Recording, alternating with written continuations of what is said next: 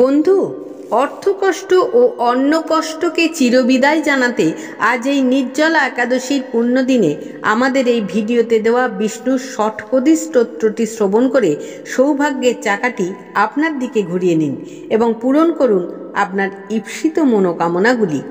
নমস্কার দর্শক বন্ধু, আমাদের চ্যানেলে নতুন একটি ভিডিওতে আপনাদের সবাইকে স্বাগত।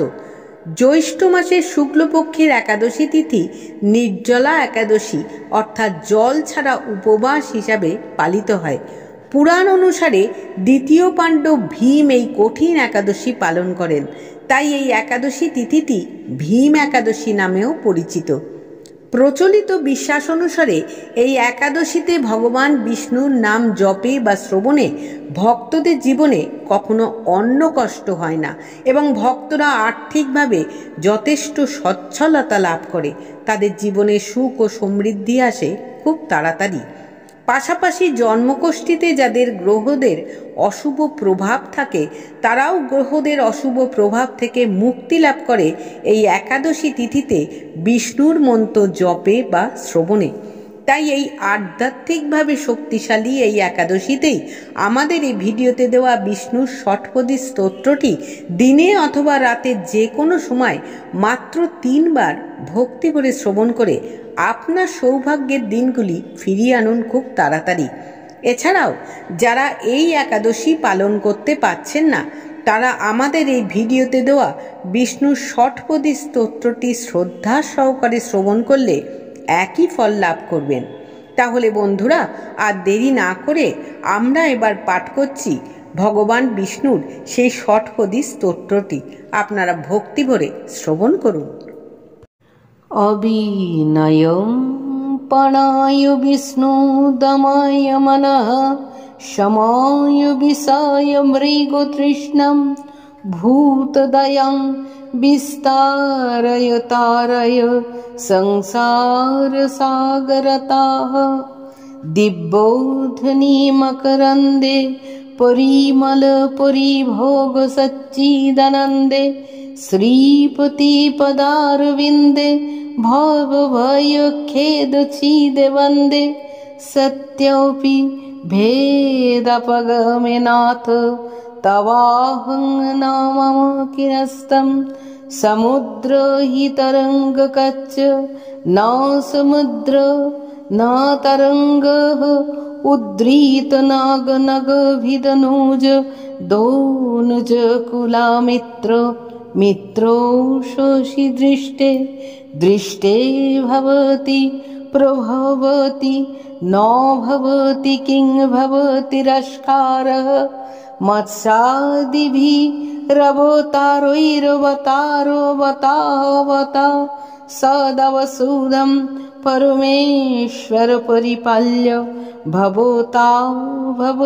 ভবতাপভীতহম দামোদর গুণ মন্দির সুন্দর বদনারবিন্দ গোবিন্দ ভবো জলধি মথন মন্দর পরমংদরোমপনায় ত্বং মে নারায়ণ করুণাময় শরণং করবাণি তবৌক চরণৌ ইতি ষটপদীমদীয়ে বদন সরোজে সদা বসতু।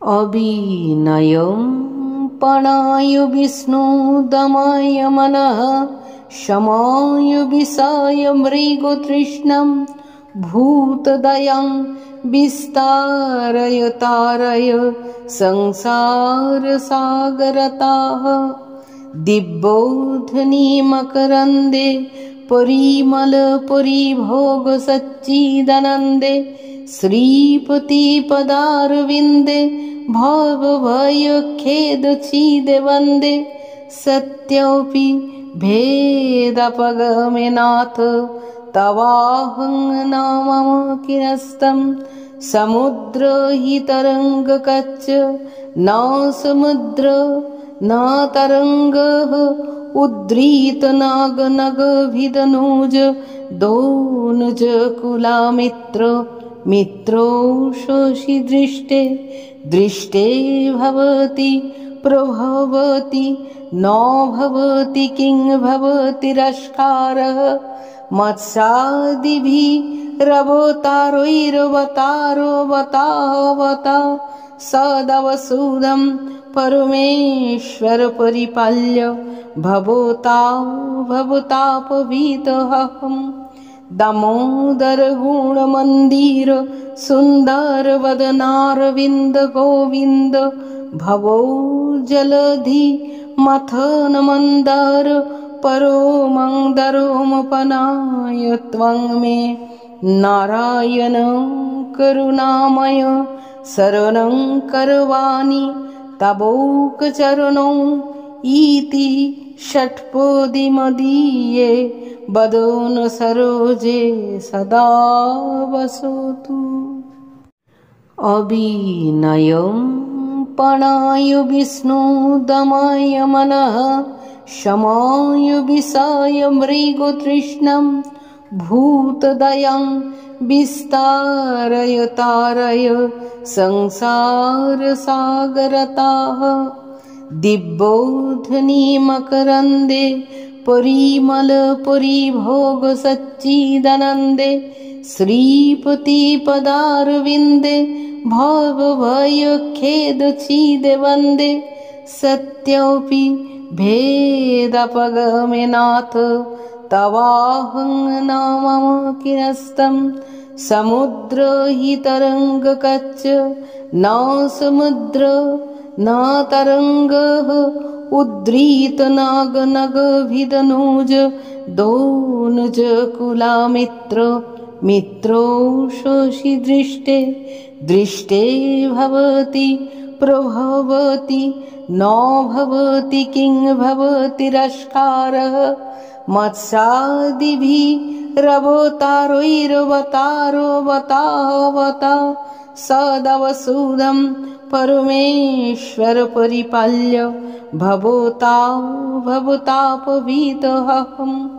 दामोदर गुणमन्दिर सुन्दर वदनारविन्द गोविन्द भवो जलधि मथन मन्दार परो मन्दरोमपनाय त्वं मे नारायण करुणामय शरणं करवाणि तवोकचरणौ इति षट्पदीमदीये वदन सरोजे सदा वसतु।